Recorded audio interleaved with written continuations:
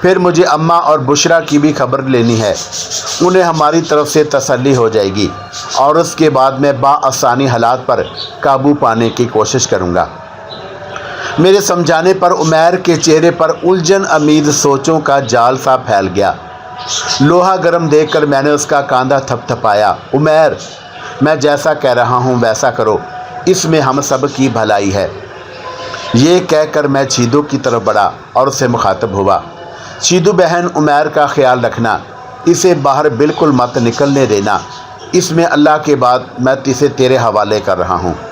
میں نے اپنے اندر اٹھنے والی رکابت پر قابو پا رکھا تھا، ورنہ عمیر کا گھبرا جانا لازمی تھا۔ تو فکر ہی نہ کر بھراوا، کسی کی کیا مجال جو میرے سجن کو آنکھ اٹھا کر بھی دیکھے۔ پر چیدو، ایک بات تو بتا، تیرے اور تیرے باپ پر تو چلو بھروسہ کر لیتے ہیں کہ وہ عمیر کے بارے میں کسی کو نہیں بتائیں گے کہ وہ تمہاری پناہ میں ہے، مگر سوتیلی ماں نے اگر باہر کسی کو مخبری کر دی تو میری بھائی کی جان کو خطرہ پڑ جائے گا، میں نے خدشہ ظاہر کرتے ہوئے کہا۔ او نا جی، درانتی سے اس کی گردن نہ کاٹ دوں گی۔ وہ اپنے دائیں ہاتھ کی انگلی کو درانتی کی طرح خم کر کے اپنے گردن پر پھیر کر بولی، اور اس کی بڑی بڑی کٹار سی آنکھوں میں جوش کی سرخی اود کر آئی۔ مجھے اب پورا یقین ہو گیا تھا کہ اس باغی اور نڈر دوشیزہ پر بھروسہ کیا جا سکتا ہے۔ سب سے زیادہ قابل بھروسہ بات یہ تھی کہ عمیر سے اس کی محبت جارحانہ حد تک جنون خیز تھی، اور عشق وہی کامیاب ہوتا ہے جو عورت کی طرف سے ہو۔ چنانچہ میں اب عمیر کی طرف سے بے فکر سا ہو گیا۔ میں نے عمیر کو اس کے ساتھ رخصت کیا، اور مجھ سے جدا ہوتے وقت اس کی آنکھیں بھیگ گئیں۔ میں نے اسے گلے سے لگا کر دلاسا دیا کہ میں اس کی خبر گیری کرتا رہوں گا، اور اس کے بعد وہ دونوں تاریکی میں گم ہو گئے۔ رشیدہ عرف چیدو بلا شبہ ایک عجیب لڑکی تھی، کسی طوفان کی طرح سرکش، کھری، صاف اور سچی، اور خاصی دبنگ بھی۔ مجھے خاصی حد تک اندازہ ہو گیا تھا کہ عمیر اس کے پاس ہی زیادہ محفوظ رہ سکتا ہے، اور یہی ٹھکانہ ہی سرست چھپنے کے لیے بہتر، یعنی خوب گزرے گی جو مل بیٹھیں گے دیوانے دو، کیونکہ وہ دونوں ایک دوسرے کو چاہتے تھے۔ وہ دونوں جا چکے تھے۔ میں تاریک اور سنسان جنگل میں دم بخود کھڑا تھا۔ پورا جنگل سائیں سائیں کر رہا تھا، یک ٹک خاموشی چھا گئی تھی۔ مجھے اپنے بے ترتیب دل کی دھڑکنیں بھی کمپٹیوں پر محسوس ہوئیں۔ حالات نے اس قدر غیر متوقع طور پر پلٹا کھایا کہ میرا دماغ ہی جھنجھنا کر رہ گیا۔ عمیر کی طرف سے قدرے بے فکری ہو چکی تھی۔ رہی اماں اور بشرا تو مجھے یقین تھا عمیر کے کہنے پر آفت کی پرکالا چیدو خاموشی سے جا کر انہیں ہماری مشکل اور تسلی سے آگاہ کر دے گی۔ پیر الہی بخش کا قتل ہو چکا تھا، اور قاتل فریدو تھا، جبکہ پورے گاؤں والے مجھے اور عمیر کو ان کا قاتل سمجھ رہے تھے، کیونکہ وہ پہلے ہی ادھار کھائے بیٹھے تھے ہم پر۔ ہماری بے گناہی ثابت ہونے میں کافی وقت درکار تھا، اور جانے کتنے کٹھن مرحلوں سے گزرنا تھا، مگر میں نے بھی ہمت نہیں ہاری۔ میرے سر پر اب ایک ہی دھن سوار تھی، کسی طرح فریدو سے اس خبیث کالی گاب کی راکھ کی پوٹلی حاصل کر کے اسے دریا برد کر دوں، ورنہ فرید دولت اور طاقت کے لالچ میں اس شیطان کو زندہ کرنے پر تلا بیٹھا تھا۔ فریدو نے پیر صاحب جیسے نیک اور اللہ والے بندے کا قتل کر کے ثابت کر دیا تھا کہ وہ اب سمجھنے سمجھانے کی حدود سے نکل چکا ہے۔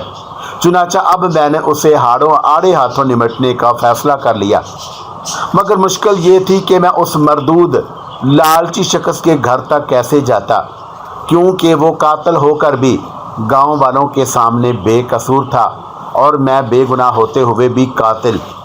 اب میں کیا کروں؟ فریدو کا کس طرح راستہ روکوں؟ میں ہر طرف سے مخدوش حالات میں گر چکا تھا۔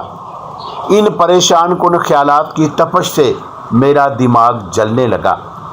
میں نے اپنی جلتی سلگتی کفیات پر قابو پایا، اور سب سے پہلے یہی فیصلہ کیا کہ مجھے صبح ہونے سے پہلے یہاں سے دور نکل کر کسی ویرانے میں ڈیرا ڈالنا چاہیے۔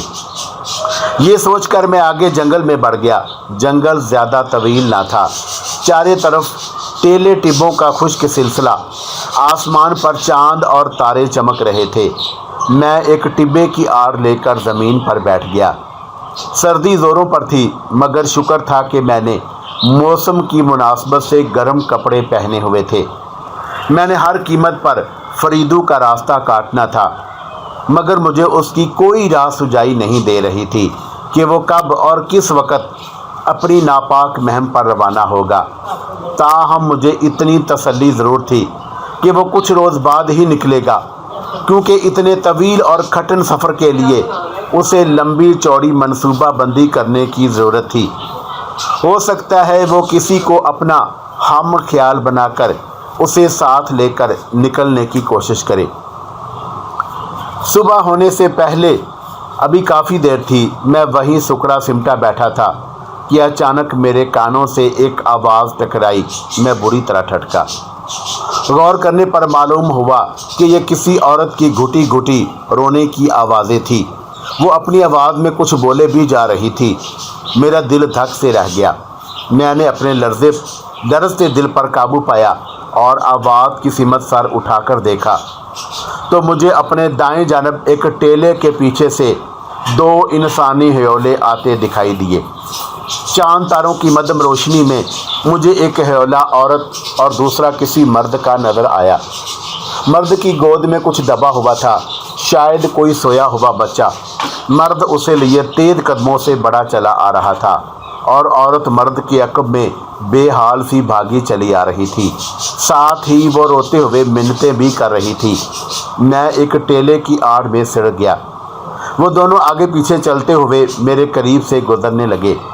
رک جا، رک جا، رک جا ظالم، میرا بچہ مجھے دے دے، مت کر یہ گناہ، اس عورت کو میں نے کہتے سنا۔ میرے کان کھڑے ہو گئے۔ میں سمجھ گیا کہ یہ شخص ضرور اس علم زدہ عورت کے معصوم بچے کو اغوا کر کے لے جا رہا ہے۔ میں اب زیادہ دیر نہیں چپ رہ سکتا تھا۔ میں فوراً اور سے نکل کر مرد کے سامنے آ گیا۔ مجھے دیکھتے ہی ٹھٹک کر رک گیا اور یوں پھٹی پھٹی نظروں سے مجھے دیکھنے لگا جیسے میں کوئی بھوت ہوں۔ وہ مصیبت زدہ عورت بھی حیرانی سے مجھے دیکھ رہی تھی۔ کون ہو تم اور اس کے بچے کو کہاں لے جا رہے ہو؟ میں نے کڑ کر پوچھا۔ مرد کی عمر 40 سال کے پیٹے میں تھی، رنگ سانولا، سر کے بال چھوٹے اور کانٹے دار چھچھوندر کی طرح کھڑے تھے۔ یہ مجھے اپنے گاؤں کا نہیں لگ رہا تھا، میں نے اسے پہلی بار دیکھا۔ وہ میری جھڑکی سن کر کرخت لہجے میں بولا، تو کون ہے میرا راستہ روکنے والا؟ چل ہٹ پرے۔ اور اس کی آنکھوں میں ایک وحشت سی ناچ رہی تھی۔ پہلے اس غریب عورت کا بچہ اسے واپس لوٹا، پھر تجھے آگے جانے دوں گا، میں نے فیصلہ کن لہجے میں کہا۔ تیرا ہم میاں بیوی کے بیچ میں کیا کام؟ رے، یہ میرا بچہ ہے، میں کہتا ہوں ہٹ جا راستے سے، وہ خونخوار لہجے میں گھرا کر بولا۔ مجھے اس کی بات سن کر حیرت کا جھٹکا لگا اور پھر میں نے اس کے عقب میں خاموش کھڑی عورت سے تصدیق چاہی۔ یہ کیا کہہ رہا ہے؟ کیا یہ واقعی تیرا مرد ہے؟ ہاں، اس عورت نے آنسو بھرے چہرے سے میری طرف دیکھ کر ہولے سے کہا۔ میرا دماغ بھگ سے اڑ گیا۔ پھر تو کیوں رو رہی ہے؟ تو اپنے شوہر کو کس گناہ سے روک رہی تھی؟ میں نے اس عورت سے پوچھا۔ عورت کی بجائے اس کا مرد بولا، بس زیادہ بات نہیں، تجھے معلوم ہو گیا، اب چھوڑ ہمارا راستہ۔ دونوں میاں بیوی کا کوئی معاملہ تھا، میں کیا کر سکتا تھا، اس لیے خاموشی سے ایک طرف ہٹ گیا۔ حیرت کی بات ہوئی کہ وہ عورت مزید کچھ نہ کہہ سکی۔ راستہ ملتے ہی وہ مرد آگے بڑھ گیا۔ عورت اسی طرح روتی دھوتی اپنے شوہر کو کوستی ہوئی اس کے پیچھے پیچھے گرتی پڑتی چلی گئی۔